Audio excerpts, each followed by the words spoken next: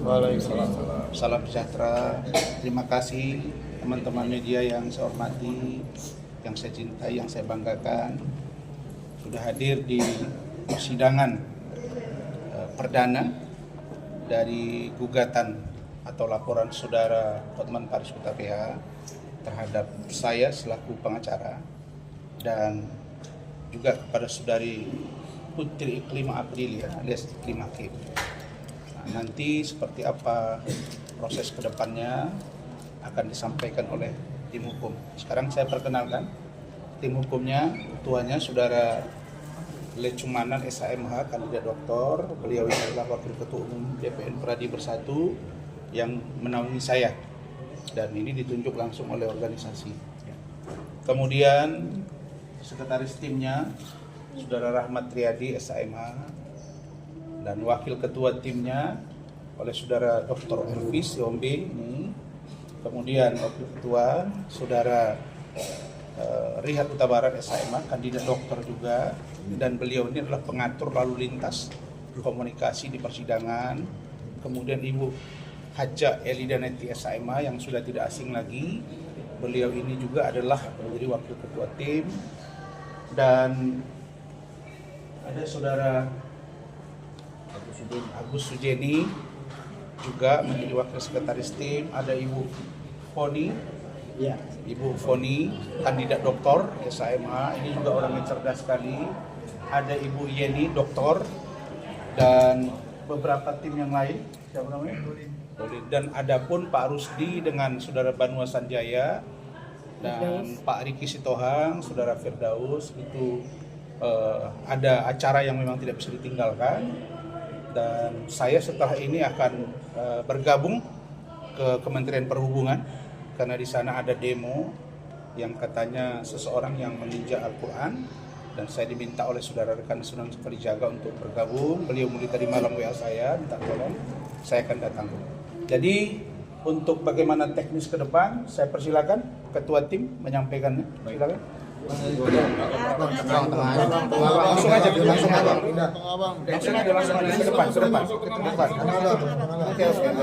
Oke, baik. Susah bang, langsung dengan kameranya. Nanti kayak wayang bang. Wayang bang. Sini, agak sini. Belakang. Oke, baik. Saya selaku tim ya, salah satu tim dari Bang Rasman ya, kita sudah mengajukan permohonan eksepsi. Oke, dan permohonan kita sebenarnya untuk menyusun eksepsi adalah 2 minggu. Tetapi majelis hakim kalau waktu 2 minggu itu yang jatuh nanti tanggal 26 Desember itu kan sudah cuti bersama. Jadi diberikanlah 12 hari, yaitu jatuh pada tanggal 24 Desember 2024. Jadi saya rasa cukup ya waktu untuk kita tim seluruhnya untuk menyusun eksepsi. Jadi kita terima kasih kepada ketua majelis yang mungkin agak galak ya, saya perhatikan ya. Tapi bagus ya, karena kenapa? Yang kita bela ini adalah advokat.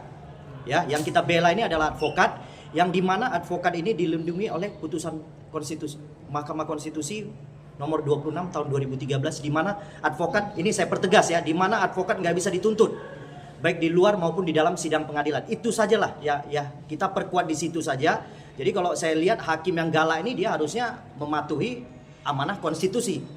Jadi saya rasa mudah-mudahan eksepsi kita akan menyentuh di sana ya, terkait dengan putusan MK. Kita akan pertegas itu di dalam eksepsi kita. Ya, saya rasa cukup ya dari saya. Saya ke Bang Rihat. Terima kasih, silakan Bung Rihat. Begini ya, kenapa saya minta mereka berbicara?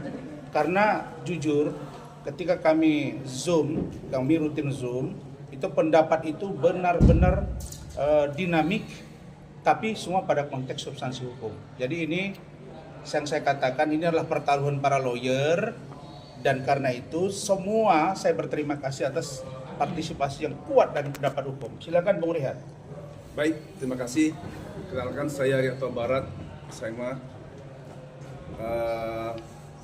sebagaimana tadi yang kita sudah sama-sama saksikan dengan rekan-rekan wartawan, bahwa hari ini adalah telah dilakukan pembacaan dakwaan oleh penuntut umum terhadap klien kita Pak Rasman Arief Nasution sebagaimana diancam dengan pasal 2723 junto pasal 453 Undang-Undang Elektronik Undang-Undang dan Transmisi yang sebagaimana telah dibacakan tadi.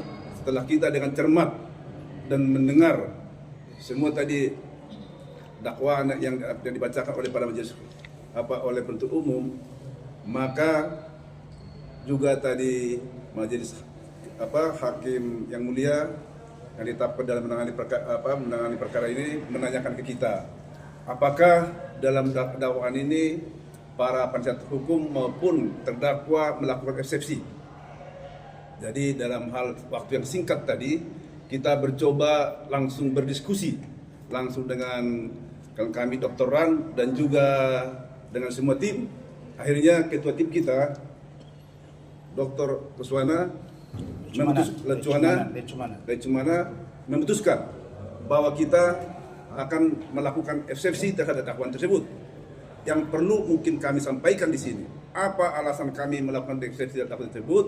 Karena tadi sudah jelas bahwa klien kami ini, Pak Dr. Rani adalah seorang advokat, yang dimana tadi seperti diterangkan kita bahwa di dalam undang-undang advokat itu jelas, mungkin supaya lebih jelas ya, kita bacakan secara detail supaya semua ini masyarakat Indonesia mengetahui ya.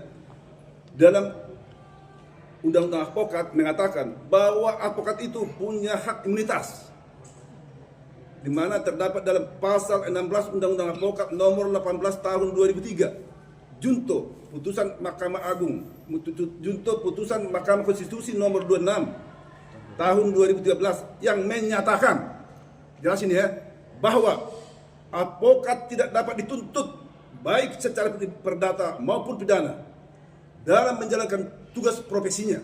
Jelas itu ya, jelas.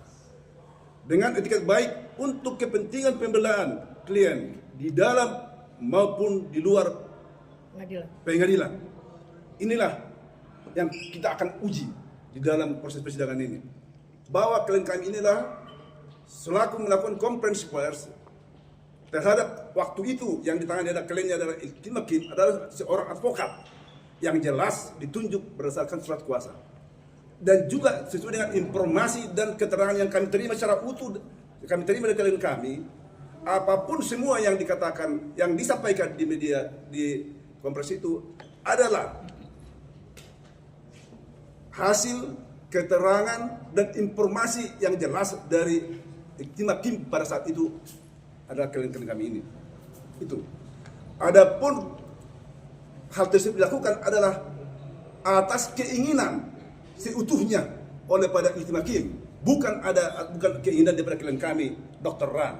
Itu yang dasarnya kami kenapa ini yang harus kita uji, karena advokat di Indonesia cukup banyak. Jangan sampai nanti banyak korban-korban advokat dalam melakukan suatu profesinya bisa begini.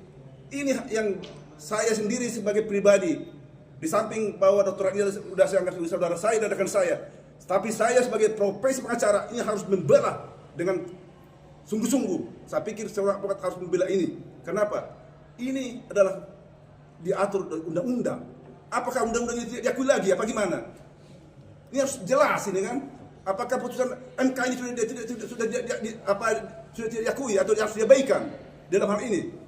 Ya, ini yang harus, inilah dasar kami melakukan eksepsi tersebut, dan masih banyak hal-hal yang lain yang nanti yang masih mungkin kita akan uraikan di dalam seksi kita. Mungkin untuk itu mungkin saya akan bisa dilanjutkan oleh